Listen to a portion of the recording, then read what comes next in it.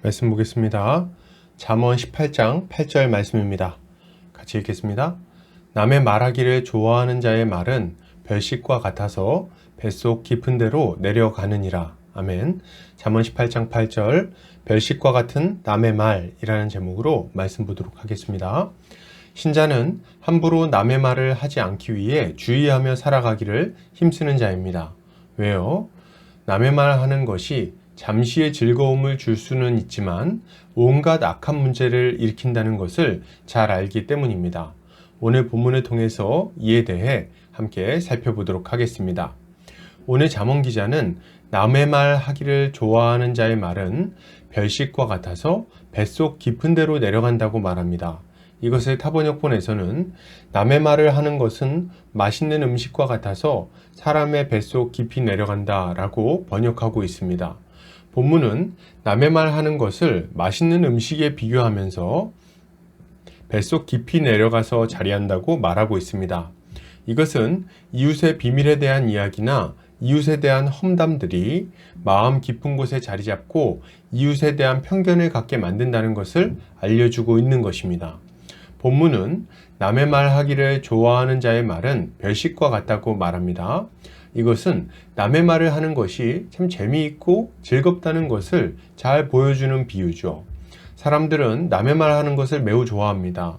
남의 비밀에 대해서 이야기하는 것도 좋아하고 남의 실수에 대해서 이야기하는 것도 좋아합니다. 심지어는 확인되지 않은 유언비어라 할지라도 남의 말이라면 재미있게 듣곤 합니다. 그것이 진실이든 거짓이든 상관없이 남에 대해 이야기하는 것 자체를 즐거워하는 거죠. 그러면 여러분, 사람들은 왜 이렇게 남의 말을 즐거워하는 것일까요? 우리는 이렇게 사람들이 즐겁게 나누는 남의 말이 대부분 어떤 내용인지에 주목할 필요가 있습니다.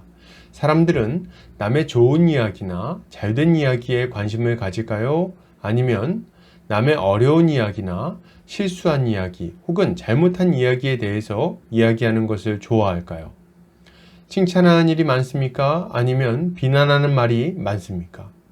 사람들이 관심을 가지고 주절거리는 거의 대부분의 이야기는 긍정적인 내용이 아니라 부정적인 내용의 이야기임을 우리는 금방 알 수 있습니다. 무슨 말입니까? 사람들이 다른 사람들의 말을 좋아하는 것은 선한 이유가 아니라는 말입니다. 남의 이야기를 좋아하는 것은 결국 이웃을 깎아내리고 자신을 드러내고자 하는 악한 죄성과 관련되어 있는 거예요. 우리의 죄성이 남의 이야기를 좋아하는 것으로 드러난다는 말입니다. 사람들은 남의 이야기를 하면서 말하곤 합니다. 그거를 그렇게 하면 안 되지. 걔는 애가 왜 그런데니? 혹은 아이고 내가 걔 그렇게 안 봤는데 진짜 웬일이래. 혹은 그래 그럴 줄 알았지. 내가 전에 그럴 거라 그랬지. 얌전한 고양이가 부뚜막에 먼저 올라간다더니. 이런 말들은 모두 상대방의 부족함을 지적하고 실수를 비난하는 말들입니다. 이 말들 어디에 용서나 용납이나 사랑이나 긍휼이 담겨 있습니까? 이 말들 어디에 그리스도의 향기가 풍겨나냐는 말이에요. 이런 말들은 모두 사망의 악취를 뿜어낼 뿐입니다. 만약 이런 말에 동참하여 함께 이웃을 비난하고 비웃는다면 그 사람은 악한 자들과 함께 많은 죄를 짓게 될 것이 분명합니다. 더 큰 문제는 이런 말들이 그 순간의 악의적인 즐거움으로 끝나지 않는다는 데 있습니다. 이런 악한 말들은 이상하게도 사람들의 마음 깊숙한 곳으로 내려가서 자리를 잡습니다. 그리고 당사자를 만났을 때 그 사람에 대한 편견으로 작용하게 되는 거예요. 이게 얼마나 끔찍한 일입니까? 우리가 들은 말들은 그야말로 악의적인 평가 아닙니까? 더군다나 그 안에는 온갖 종류의 추측과 거짓말이 뒤섞여 있지 않냐는 거예요. 그런데 그런 색안경을 끼고 누군가를 바라본다니요. 그러면 그 사람과 좋은 관계를 만들어갈 수 있겠습니까? 아마도 겉으로는 친밀한 척하면서 속으로는 거리를 두게 될 것이 분명합니다. 결국 남의 말 하는 것은 공동체에 보이지 않는 균열을 일으켜서 공동체의 하나됨에 심각한 해를 끼치게 되는 것입니다. 그러므로 여러분, 우리는 이것을 생각할 때 어떠한 삶을 살아야 되겠습니까? 우리는 악한 마음으로 남의 말 하는 것을 멈추어야 하겠습니다. 입으로 죄를 짓지 않기 위해 경계하는 마음을 크게 가져야 되겠어요. 남의 비밀을 함부로 드러내거나 남의 어려움을 가십거리로 다루지 않아야 되겠습니다. 함부로 사람을 평가하거나 비난하지 않아야 돼요. 당사자 앞에서 하지 못할 말을 뒤에서 하지 않아야 됩니다.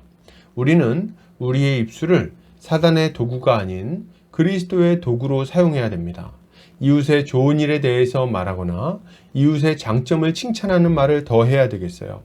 이웃이 베푼 선행에 대해서 말하거나 누군가에게 감사하는 말을 하는 것도 괜찮겠죠. 또한 이웃이 어려움을 겪고 있다면 함께 기도하고 도울 방안을 찾아야 되겠습니다. 이렇게 할 때 우리는 주님 앞에 덕스러운 열매를 맺을 뿐 아니라 교회의 하나됨도 잘 지켜낼 수 있을 것입니다. 결론을 드립니다. 여러분, 남의 말을 하기 전에 그것이 덕스러운 말인지 생각하시기 바랍니다. 우리의 입술을 주님의 도구로 사용합시다. 이것이 신자의 마땅한 모습입니다. 오늘도 주님의 지혜로 승리하는 성도님들 되시기를 주의 이름으로 축복합니다.